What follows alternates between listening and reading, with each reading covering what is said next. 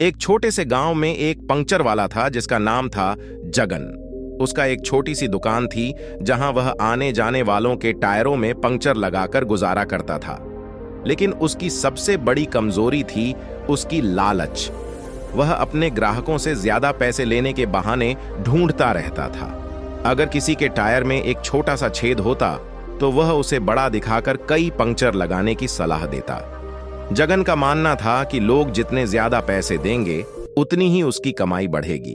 उसे यह सोचने की फुर्सत नहीं थी कि उसकी इस चालाकी से लोग कितने परेशान होते हैं। हर रोज जगन की दुकान पर कोई न कोई आता और जगन हर बार कुछ नया बहाना बनाकर उनसे ज्यादा पैसे ऐंठ लेता। एक दिन गांव के पास के शहर से एक व्यापारी अपनी कार लेकर आया। उसकी कार का टायर अचानक फट गया था और वह जल्दी से किसी पंक्चर वाले की तलाश में था। गांव वालों ने उसे जगन की दुकान का पता दिया। व्यापारी को भी जल्दी थी तो वह तुरंत वहां पहुंचा। जगन ने उसकी कार देखी और तुरंत समझ गया कि यह आदमी अमीर है।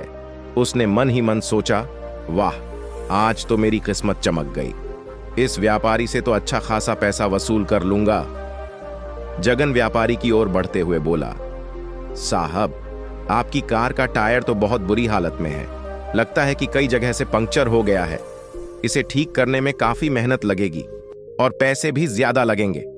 व्यापारी ने चिंतित होकर पूछा, कितना समय लगेगा? मुझे जल्दी है, मुझे शहर पहुंचना है। जगन ने मौके का फायदा उठाते हुए कहा, साहब, अगर आप चाहते हैं कि टायर अच्छी तरह से ठीक हो तो कम से कम 2 घंटे लगेंगे और कीमत भी करीब 800 रुपए होगी। व्यापारी चौंक गया।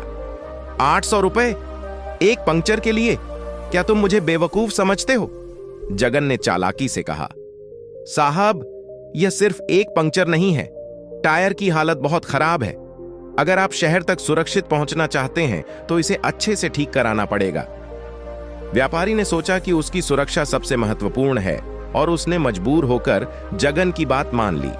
जगन ने व्यापारी की कार का टायर निकाला और उसमें एक नहीं बल्कि 5 पंक्चर दिखा दिए।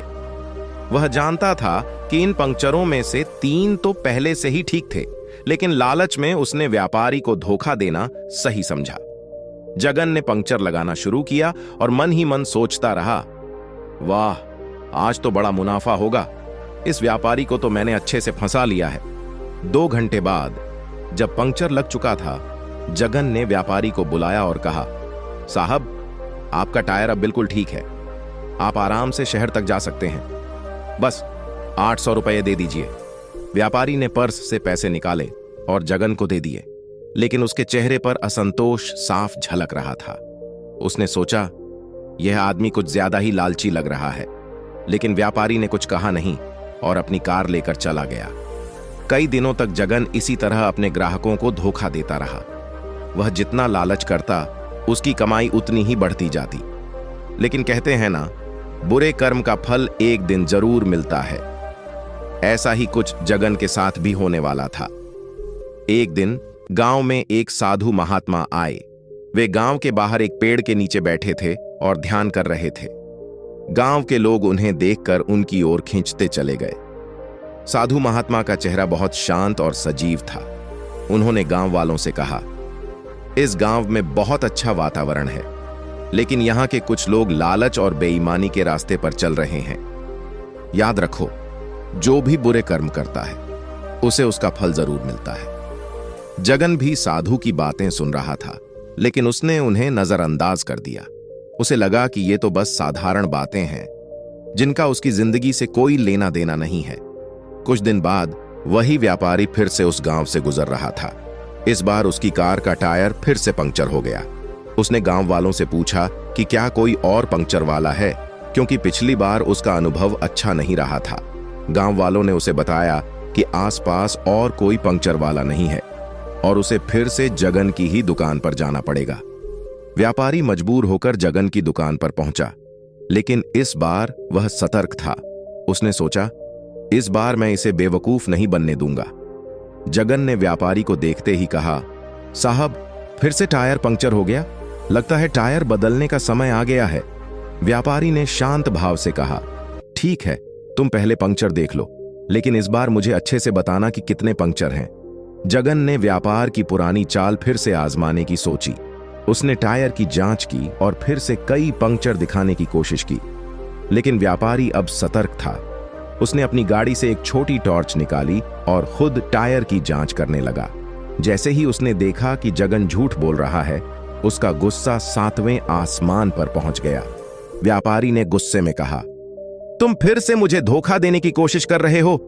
मैं अब तुम्हारे खिलाफ पुलिस में शिकायत करूंगा। जगन डर गया और कांपते हुए बोला, साहब माफ कीजिए, मैं गलती कर रहा था, मैं लालच में आ गया था। व्यापारी ने कड़ी आवाज में कहा, तुम्हारी इस बेईमानी के कारण मैं तुम्हें सजा दिलवाकर रहूंगा। तुम लोगों को बेवकूफ बनाते हो और ईमानदारी से मेहनत करने की जगह धोखाधड़ी करते हो। तभी वहां कुछ और गांव वाले भी जमा हो गए। उन्होंने भी जगन की धोखाधड़ी के बारे में सुना था और अब उसकी पोल खुल चुकी थी। गांव के बुजुर्गों ने कहा, जगन, तुम्हारे इस लालच और बेईमानी ने तुम्हारी इज्जत मिट्टी में मिला दी है। हमें तुमसे यह उम्मीद नहीं थी। हम तो तुम्हें हमेशा मेहनती समझते थे, लेकिन तुमने सबको धोखा दिया। साधु महात्मा जो कुछ ही दूरी पर बैठे थे, उन्होंने भी यह सब देखा और पास आकर बोले, जगन, तुम्हारे लालच ने तुम्हें अंधा बना दिया था। अब देखो लोग तुम्हें किस नजर से देख रहे हैं। याद रखो, ईमानदारी से कमाया हुआ 1 रुपया भी उस लाखों से बेहतर होता है जो धोखे से कमाया गया हो। जगन की आंखों से आंसू बहने लगे।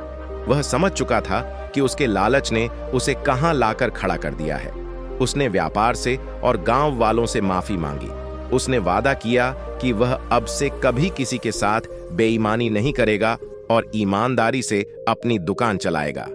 व्यापारी ने जगन को माफ करते हुए कहा, अगर तुम वाकई अपनी गलती मानते हो और सुधरना चाहते हो तो तुम्हें एक मौका मिलना चाहिए, लेकिन याद रखना, ईमानदारी ही सबसे बड़ी दौलत है। उस दिन के बाद से जगन ने अपनी दुकान पर कभी किसी को धोखा नहीं दिया। उसने लालच को छोड़कर ईमानदारी का रास्ता अपनाया और धीरे धीरे उसकी दुकान फिर से चलने लगी। लोग अब उसके पास बिना किसी डर के आते थे, क्योंकि वे जानते थे कि अब वह सच्चाई के रास्ते पर चल रहा है। इस कहानी से हमें यह सीखने को मिलता है कि लालच से कुछ भी हासिल नहीं होता। ईमानदारी और मेहनत से ही असली सफलता मिलती है।